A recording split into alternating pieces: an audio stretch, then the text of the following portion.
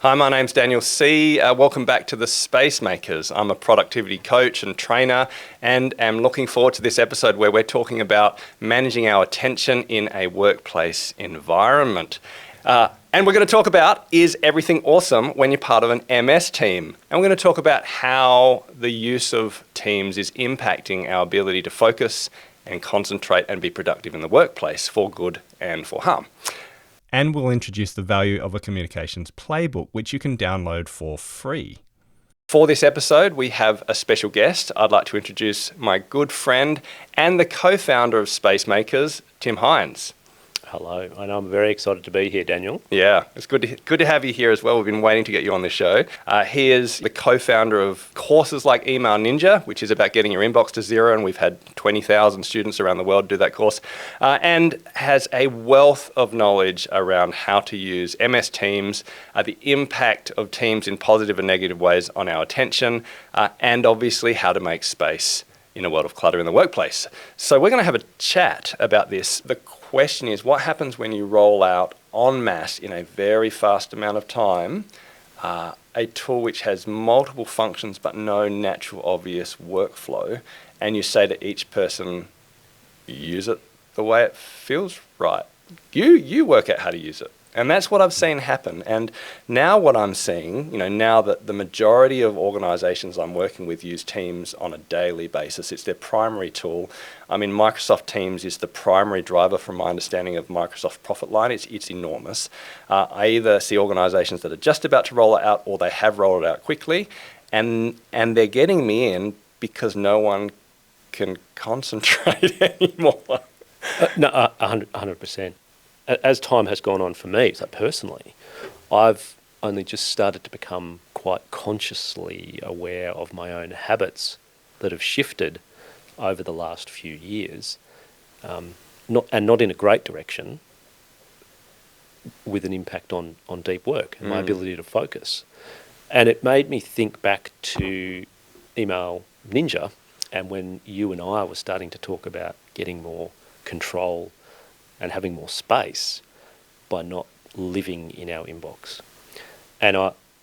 So I've become a learner again, in a way, because I've had to start thinking, but why am I responding to all these messages in real time, and these channel updates and these file share requests, and there is a lot of noise within Teams, and I've realised that, geez, I need to be thinking about how I engage with this tool, because it's just been, since the pandemic, full noise, full notifications, full alerts, and there's a real need to be thinking about what's the best way to use this tool so that I don't keep creeping into that shallow water, that shallow work too much, and regain some control. Yeah. MS Teams can be awesome, and there are so many fantastic features to Teams, but not if you don't have a communication playbook. If people don't know when to use email, when to use chat, when to use channels, well then Teams does become an issue. So to help your team develop agreed norms, I've put together a fantastic free tool called a communications playbook. You can get this at spacemakers.au/playbook, and I'll talk about this more at the end of the episode. What I'm saying is that the majority of people are struggling to get their work done if it requires concentration or focus or strategic thinking. Let's say an executive, they cannot do thought in the workplace, okay? So they're going from meeting to meeting, notification to notification, smashed with emails, smashed with noise, adding more and more and more on their plate, because if you don't think deeply, you do reactive decision making, and then they're working even longer hours. So basically it's costing them their families, it's costing them their time, and it's dissatisfying to go to work and feel like you're always doing lots of stuff, which kind of feels like you're achieving something, but actually you don't feel like, you're not achieving the stuff that truly matters and that will change something in the longer term. And that's the cost of not doing deep work in my mind. Yep. And yet it's a hidden cost, because it looks like you're doing stuff, you're ticking off heaps from your list, and you're talking back to heaps of people, but you can't get stuff done. And Microsoft's own research is actually suggesting this is true. So I read Microsoft research from 2023, so last year, and it's fascinating. So what they found, and I'll need to check the stats actually. I'm already intrigued. I don't even know what you're going to say.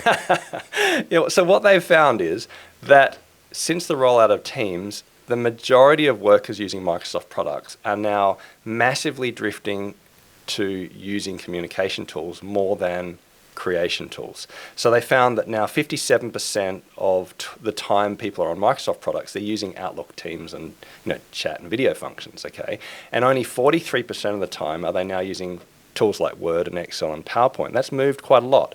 So in other words, we're spending so much time communicating with each other, talking about our work, collaborating about work, and coordinating work, that we don't have time to actually do work in the workplace. And the result is, and this is Microsoft's own research, 64% of office workers now say they do not have the ability to do their work at work. And that means at home as well. That they can't do their job in office hours because they spend so much time in meetings talking about their work.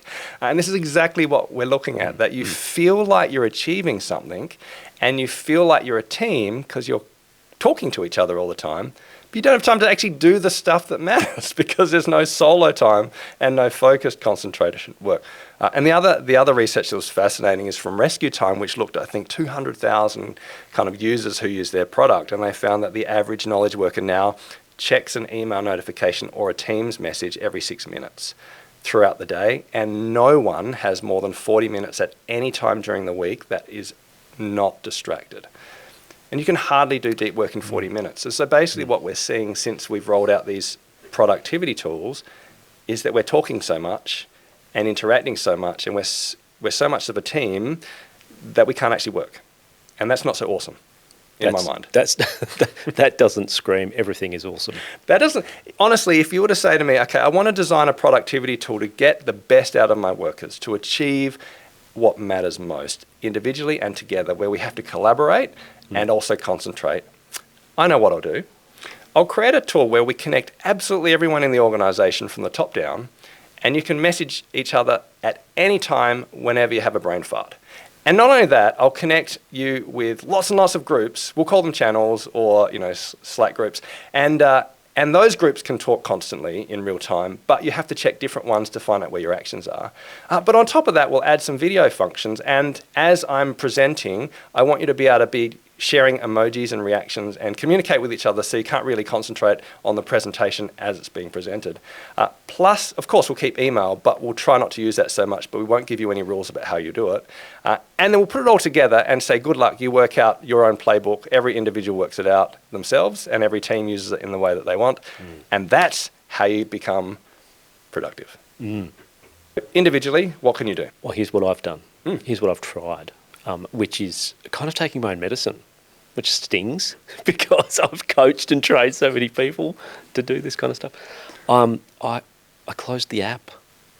Like if what? I closed the damn app for, but let me tell you this, for an hour. Okay, for 5 minutes, yeah. Because I got to a point, it wasn't that long ago. I reckon it was late 2022. Sorry, 2023. Where I was trying to put together a bunch of slides for a strategy presentation, and I needed to get into the zone, and it was a really busy week with engagements, opportunities, sales, stuff that my team needed, other clients, whatever it was, and I just had this kind of revelation. It's like, why can't I just close the app? If I just close the damn app, the notifications aren't going to come through. And so I did it for an hour. Got into the zone, did, 7 or 8 slides, whatever I needed to get done. It was an incredible feeling of deep work. And then opened the app, and guess what? The world didn't fall over. And You didn't get fired? I didn't get fired. Wow. Kind boss. Yeah. But it was, it was a bit of a wake-up call, Yeah. I suppose, for me. It's like, that's what I would do with other tools in this situation, or other things that are distracting me. And sometimes they could be people, to remove yourself from that environment. But with teams, it was just close the app. That's a really simple thing. If you're interested in a communications playbook and how to get there as a team, well, then I'd love you to watch my next YouTube video. It's a deep dive into 3 key principles that I've discovered through my consulting experience with teams to help you get on the same page with when to email, when to use chat and channels and other forms of communication, so that everything is awesome when you're part of a team. Remember to subscribe and hit the notification bell so you don't miss it. All right, I'll see you soon. Make space.